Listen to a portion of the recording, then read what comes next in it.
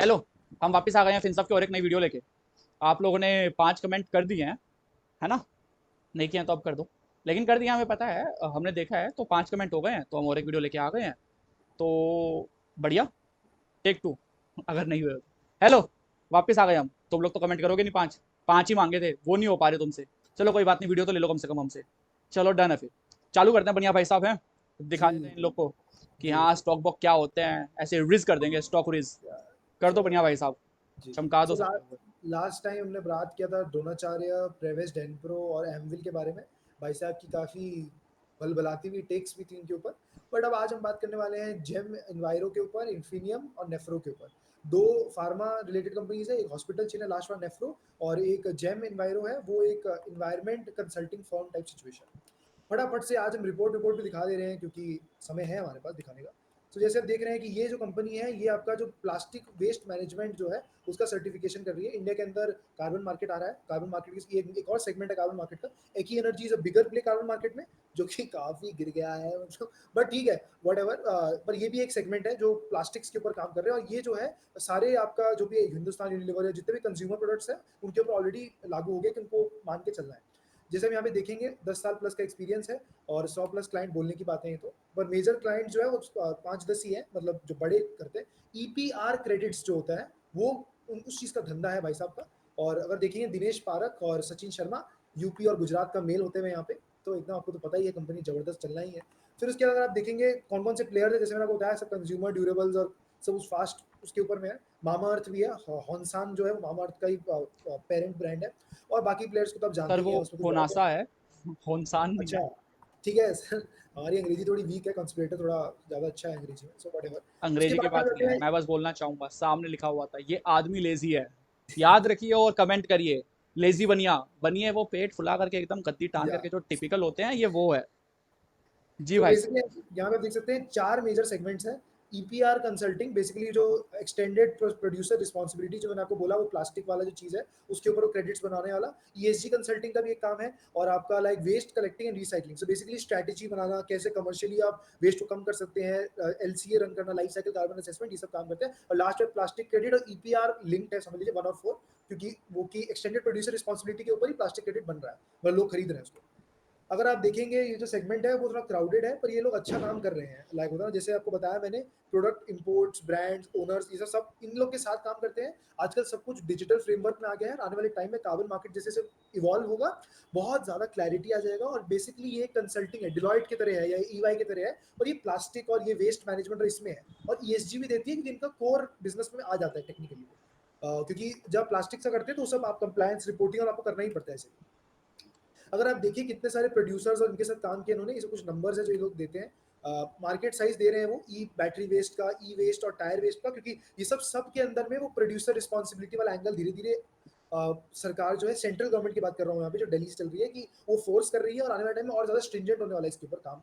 अगर आप एक और चीज़ जो यहाँ पे देखेंगे, ये लोग थाईलैंड में भी जा रहे हैं, और थाईलैंड में भी इन लोगों ने बहुत सारे वर्कशॉप्स करवाए हैं। ये इंडिया का एक्सपोर्ट वाला जो है, सर्विसेज एक्सपोर्ट में एक मेजर पार्ट है। और इन लोगों ने अपने रिपोर्ट में लिखा भी है कि ये लोग बाहर में भी सर्विसेज प्रोवाइड करना चाह रहे हैं, मिडिल ईस्टर्न रीजन और साउथ ईस्ट एशियन रीजन में। सो क्योंकि मार्केट बड़ा है उसकी रीजन बेसिकली। फाइनेंशियल्स ठीक ठीक है, मतलब कुछ बहुत क्रेजी नहीं कर रहे हैं। अब वो दिखाएंगे हम आपको ऐसे भी। और कुछ है क्या इसमें दिखाने के लिए? हाँ, स्वॉट देख लीजिए। सबसे बड़ा थ्रेट जो मेरे को लगता है कि कुछ भी मोट नहीं है इनका। कर रहे हैं, लोग करवा रहे हैं इनसे। अगर कोई बड़ा प्लेयर जैसे एकी जैसा प्लेयर है, एकी यहाँ का रिलायंस है कार्बन मार्केट्स का, क्योंकि उसके पास इतना बड़ा बेंच स्ट्रेंथ है, वो सब चीज़ कर सकता है और वो कर भी रहा है थोड़ा थोड़ा। मैं बोल इनका क्या है मेरा ये। एक क्वेश्चन है। एकी और जी। इनके अलावा अगर कल को कौन रोक रहा है पीडब्ल्यूसी डिलॉयट को ये सेगमेंट में घुसने के या लिए? एक वो भी तो डर है। वो भी कर सकते हैं, बट मेरा पॉइंट क्या है, इतना हैसल है, I don't see them coming this segment. वो पार्टनरशिप कर लेंगे इनके साथ में, it's better that way for them, क्योंकि इतना बड़ा स्कोप नहीं है मार्केट में कि इतना उतना रुपया नहीं है बेसिकली जितना कंसल्टिंग में है। तो मेरे हिसाब से उनको नहीं कूदना चाहिए सेगमेंट में। बाकी होने को तो कुछ भी हो सकता है। 178 करोड़ का मार्केट कैप है, ऑल टाइम लो के आसपास चल रहा है, 78 रुपीज़ के ऊपर में। जैसे मैंने आपको दिखाया भी था, चार्ट भी आप देख सकते हैं, 350 रुपये के आसपास था, ऊपर की तरफ में 323। अगर आप सेल्स देखेंगे 22 करोड़ का है, 6 करोड़ का प्रॉफिट है। देखिए बहुत छोटी कंपनी है, माइक्रो माइक्रो मतलब बहुत छोटी कंपनी है, एकदम पेनी स्टॉक भी आप बोल सकते हैं तरीके से। और अगर आप देखेंगे वाई ओ वाई सेल्स भी, तो एक 2024 में एक्चुअली स्लम्प आया है 23 के मुकाबले में, क्योंकि मार्केट भी थोड़ा स्लो हुआ है। और ये जो carbon market as a whole है, उसमें कार्बन मार्केट और सारा क्रेडिट मार्केट इन जनरल, एक है कार्बन मार्केट, फिर है प्लास्टिक क्रेडिट और बहुत सारे और हैं। इन सब के अंदर में आपका अभी एक मुहिम चल रहा है कि कितना ज़्यादा आप ट्रांसपेरेंसी ला सकते हैं। पर अगर आप देखेंगे एक इंपॉर्टेंट चीज़ जो मेरे को यहाँ लगा, नेट प्रॉफिट सेम ही है ऑलमोस्ट, और प्रॉफिट आफ्टर टैक्स जो उनका होता है ना, ऑपरेटिंग प्रॉफिट मार्जिन, वही मोटा-मोटा सेम ही है। जब भी ये सब सेगमेंट्स में क्या होता है ना, आपका सेल्स कम होता है, तो आपका एक्सपेंडिचर भी कम हो जाता है, क्योंकि एक्सपेंडिचर सेल्स से लिंक्ड है, रादर देन फिक्स्ड कॉस्ट है सब कुछ, फिक्स्ड कॉस्ट नहीं होता है यहाँ पे। यहाँ पे जितना आप करोगे सेल्स, उतना आपका एक्सपेंडिचर लगेगा, तो वैसा वाला चीज़ है। तो प्रोपोर्शनैलिटी काफ़ी अच्छे से मेंटेन्ड है मेरे हिसाब से ये सेगमेंट में।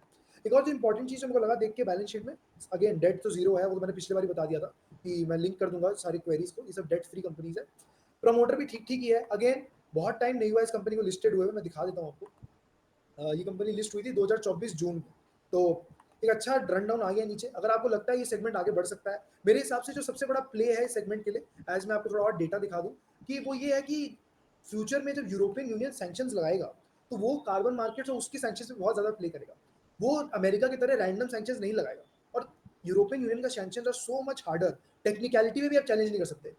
अमेरिका के पास तो ब्रूट फोर्स है, पर यूरोप आपको टेक्निकलिटी में मार देगा। तो ये जो सेगमेंट है वो यूरोपियन सैंक्शंस के लिए काफ़ी अच्छा प्ले बन सकता है, अगर आपको लगता है फ्यूचर में वो आएगा। जैसे आप देख रहे हैं सारा जो पूरा फोकस है वो ईपीआर के ऊपर है, basically extended producer responsibility, profitability का जो है।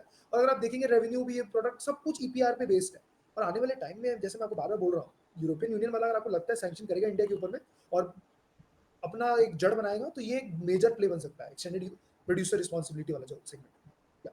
अब नेक्स्ट पे आ जाते हैं, वो इन्फीमियम। इन्फीमियम बेसिकली एक फार्मा प्ले है। जैसे ये एक सूरत बेस्ड कंपनी है, बहुत इंटरेस्टिंग लगा मेरे को ये, मैं पढ़ रहा था इसके बारे में।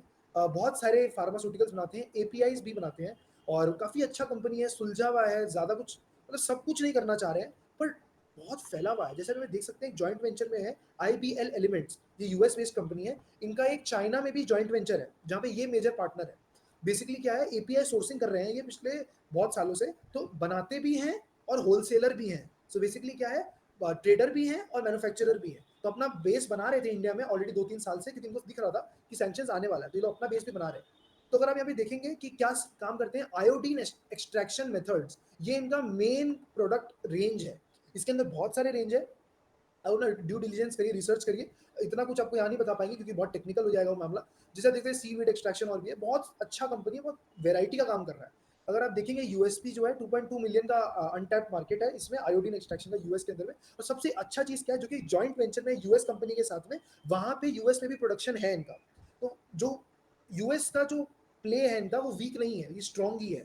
तो जो प्रॉफिट मैनेजमेंट है, जो टैरिफ लगेगा, इंटरनली ये मैनेज कर लेंगे। लाइक होता ना, थोड़ा ये लोग बाइट करेंगे टैरिफ को, थोड़ा यूएस वाला बाइट करेगा, तो उससे क्या होगा, प्रॉफिट हिट करेगा। बट क्या है, कस्टमर बेस जब बन जाएगा स्टैग्नेंट और एक सिस्टम बन जाएगा, तो वॉल्यूम प्ले में बहुत बड़ा सेगमेंट है। और आई थिंक ये वाला जो आयोडीन एक्सट्रैक्शन जो मैं देख रहा हूँ, काफी बड़ा प्ले निकल के आएगा। अगर आप जैसे देख सकते हैं कि 240 मेट्रिक टन का ऑलरेडी शॉर्ट मार्केट है आईबीएल का, तो ऑलरेडी एक बहुत बड़ा 30 साल का कॉन्ट्रैक्ट इनका किया हुआ है। सो बेसिकली क्या है, ये सब लॉन्ग टर्म पार्टनरशिप्स है। एक और चीज जो है, जो यहाँ पे मुझे लग रहा है इंपॉर्टेंट है, वो है कि शांघाई टांजिन इंडस्ट्री लिमिटेड, यहाँ पे भी इन्फीमियम इस कंपनी के अंदर 51% होल्ड करता है। ये वही शांघाई बेस्ड कंपनी है जिससे इन्फीमियम ट्रेडिंग करता है, बेसिकली वहां से एपीआई लेता है, दूसरे देशों में बेचता है, जिसको खरीदना है उसको बेच देता है। तो ये भी एक मेजर पार्ट है जो आने वाले टाइम में हिट करेगा। बट वो जो रेवेन्यू लॉस है, वो इनका मैन्युफैक्चरिंग सेट ऑफ कर सकता है। हम्म। ये लोग ने अभी क्या किया है, एक्विजिशन कर लिया है, और ये जो इन्फीमियम हेल्थ है, इनका जो प्राइवेट लिमिटेड कंपनी है, उसको भी इसी ब्रांच के अंदर ले आए वो, और वो पूरा एक बिजनेस हो गया है। तो अब 3-4 अलग बिजनेस स्ट्रक्चर में एक स्ट्रक्चर कर लिया है। एक और जो मेरे को इंपॉर्टेंट चीज लगा यहाँ पे, यस, ये एक बहुत ही इंपॉर्टेंट, हर कंपनी का आपको एक कार्बन मार्केट स्ट्रेटेजी देखना होगा क्या है, या वेस्ट मैनेजमेंट स्ट्रेटेजी बोल दीजिए उसको। ये लोग क्या कर रहे हैं, आपका ये बायोचार या बायोकोल जो है, वो लोग अपने लिए बनाते हैं, ठीक है, उसको यूज करते हैं खुद के लिए, और जो बाकी का बचता है वो बेच देते हैं। Very good strategy. खुद का यूटिलिटी जितना बढ़ेगा, उतना बेचने का जरूरत नहीं है, पर जब तक खुद का यूटिलिटी नहीं बढ़ रहा है, अब बेच सकते हैं। गुजरात के अंदर ये मॉडल बहुत सक्सेसफुल रहा है, क्योंकि इंडस्ट्रियल पार्क्स है वहाँ पे, तो ये सब चीजें ना होलसेल में बिक जाती है। तो it's a very good thing जो गुजरात का है मेरे हिसाब से। अगर हम यहाँ पे देखिए, ये जो जामनगर में है, ये भी अंबानी भाई साहब के रिश्तेदार लगते हैं। बट मतलब मजाक कर रहा हूँ, सीरियसली मत ले लेना, रिश्तेदार नहीं लगते हैं।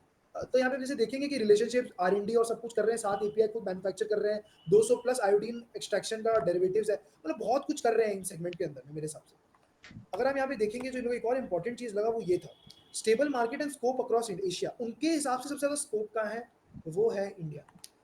भाई साहब सिंपल सिस्टम है, उनको लग रहा है स्कोप इंडिया में, इसलिए उन्होंने मैन्युफैक्चरिंग सेटअप बनाया। मेरे हिसाब से ये उनको हेल्प करेगा एक्सपोर्ट करने में भी। अगर मैं आपको याद दिला रहा हूँ वापस से, ट्रंप ने एग्जेम्पशन दिया है सारे फार्मा प्रोडक्ट्स को अमेरिका में आने से। जो जो टैरिफ लग रहे हैं वो फार्मा के ऊपर नहीं लग रहे हैं राइट नाउ। ट्रम्प का जो टैरिफ है उसमें बेसिकली क्या हो रहा है कि चाइना को एक हर्ट होने वाला है और इंडिया का मैन्युफैक्चरर्स को एक कंपेटिटिव एडवांटेज मिलेगा क्योंकि टैरिफ इतना हाई है उनका। जैसे मैं आपको दिखा दूं रॉ मटेरियल क्या क्या बना रहे हैं, ये काफी अच्छा सेगमेंट है। अब मैं टाइम वेस्ट करूंगा नहीं, फटाफट मुद्दे पे आ जाता हूँ। 233 का रेंज है, अभी अभी गिरा हुआ है, आपको लेना है। आप देखिए 83 करोड़ का सेल्स है, प्रॉफिट मिनिमम है, बट ये वाला चीज है वो स्केल बेस्ड चीज है, जितना स्केल बढ़ेगा उतना इनका प्रॉफिटेबिलिटी बढ़ेगा, वो वाली बात है। एक और जो इंपॉर्टेंट चीज मेरे को लगा यहाँ पे वो ये है कि प्रमोटर काफी स्टेक काटा है, ये एक रेड फ्लैग है, ये एक रेड फ्लैग कंपनी है, मैं बताना चाह रहा हूँ आपको। अभी से मैं साझा कर देता हूँ और आप देख लीजिए आपको क्या करना है। लास्ट एक डेटा मेट्रिक और दिखा देता हूँ मैं यहाँ पे, पूरा इंडिया बेस्ड है, आयोडीन बिजनेस है टोटल। नेफ्रो केयर पे आ जाते हैं फटाफट से, और ये लास्ट कंपनी हमारा, ये salt lake based, Calcutta based company, क्योंकि कलकत्ता हमारा दिल के करीब है, हम कलकत्ता की बातें करते रहेंगे। ये एक किडनी ट्रांसप्लांट या होता है ना, किडनी की प्रॉब्लम वाली कंपनी है, किडनी सॉरी प्रॉब्लम वाली कंपनी नहीं, हॉस्पिटल है जहाँ पे सर्जरी होता है। एक डॉक्टर चलाता है इसे, इसका जो प्रमोटर है वो भी एक डॉक्टर है। और अगर इसका जो ब्रांच देखेंगे 2 है हॉस्पिटल इनके, और एक जो है वो सॉल्ट लेक स्टेडियम के ठीक ऑपोजिट फुट पे है। तो हमारे भाई साहब तो जानते ही होंगे वो एरिया अच्छे से, श्याम बाजार में भी है, अलीपुर द्वार में भी है। सॉरी मैं बोलना चाहूँ, गलती हो गई मेरे से भाई साहब, एक नहीं है 3-4 आउटलेट है, बट काफी अच्छा काम है इनका, किडनी में काम करते हैं, स्पेशलाइज करते हैं उसके अंदर। अगर आप देखिए ऑल टाइम है 379 का है, अभी रिसेंटली लिस्ट हुआ है, बहुत टाइम नहीं हुआ है ऐसा, 2024 जुलाई में लिस्ट हुआ है। सेल्स भी ठीक ठीक ही है, 31 करोड़ का काम करते हैं ये लोग, और 6 करोड़ के आसपास का नेट नेट प्रॉफिट है। अगेन यहाँ पे मैं बताना चाहूंगा कि प्रमोटर जो है वो अपना हल्का सा स्टेक बढ़ाया, एकदम हल्का सा। प्रतीम सेनगुप्ता बोल के डॉक्टर साहब का नाम, और काफी बढ़िया सेगमेंट है। अगर आपको लग रहा है कि ये हेल्थ सेगमेंट और ये वेलनेस सेगमेंट किडनी वाला आपको बेनिफिशियल लगता है, क्योंकि अपोलो, रेनबो, बहुत सारे के ऊपर हमने पहले भी बात की है, और हॉस्पिटल सेगमेंट के अंदर ये अच्छा प्ले हो सकता है। भाई साहब की कुछ अंतिम राय और उसके बाद वीडियो समाप्त करें। नहीं, मेरी आज कुछ ऐसे राय तो नहीं है, बिकॉज आपने सब कवर कर दिया टू बी ऑनेस्ट। ऐसा स्टार्ट से लेकर एंड तक बढ़िया एकदम भाई साहब ने पढ़ा दिया हमें। हम फिजिक्स वाला देखते आ रहे थे, हमारे पास स्टॉक्स वाला आ गए हैं हमारे बढ़िया भाई साहब। तो अब हम बस यही बोलना चाहेंगे कि सेम ये एक तरीका है, अप्रोच की तरह लो। इस तरीके से आप अपने स्टॉक्स एनालाइज कर सकते हो, तो चालू करो, पढ़ो सीखो, क्योंकि अब मार्केट जितना वॉलेटाइल हो रहा है, तो सिर्फ इंडिया नहीं बाहर के स्टॉक्स भी देखो, और जितना डाइवर्सिफाई कर सकते हो उतना डाइवर्सिफाई करने की ट्राई करो, और अपना बेस्ट ऐसे एकदम सेल्फिश होकर के अपना बेस्ट इंटरेस्ट निकाल करके दो। और यही एक लास्ट चीज, कहना चाहेंगे। 50 स्टॉक्स हैं उस लिस्ट में जो मैं नीचे डाल रहा हूँ स्क्रीनर के लिंक को। ये हमारे कुछ 6 स्टॉक्स हैं जिसमें हमने 2 वीडियो से बात की है। आप कुछ और भी देख सकते हैं, अगर आपको बेटर लग रहा है उसके अंदर, वो भी आपके ऊपर है। Yes, परफेक्ट है सर। चलिए, चलिए। गुड नाइट, शब्बा खैर, बाय बाय। अगर कुछ खाना वाना खा रहे हो तो बता दो कमेंट में, ऐसे हर चीज़ का कमेंट डाल दो, बता दो तबियत खराब है कमेंट डाल दो, हम हर्ट डाल देंगे कि सही हो जाओ। इधर से ही ऐसे फ्लाइंग पुच्ची दे देंगे हम, सही हो जाओ बाबू सोना कर देंगे हम सूची तुम्हारे नहीं साथ। देंगे। लेकिन कमेंट्स चलते रहने चाहिए, लाइक शेयर सब्सक्राइब हो जाना चाहिए। चलो टाटा बाय बाय।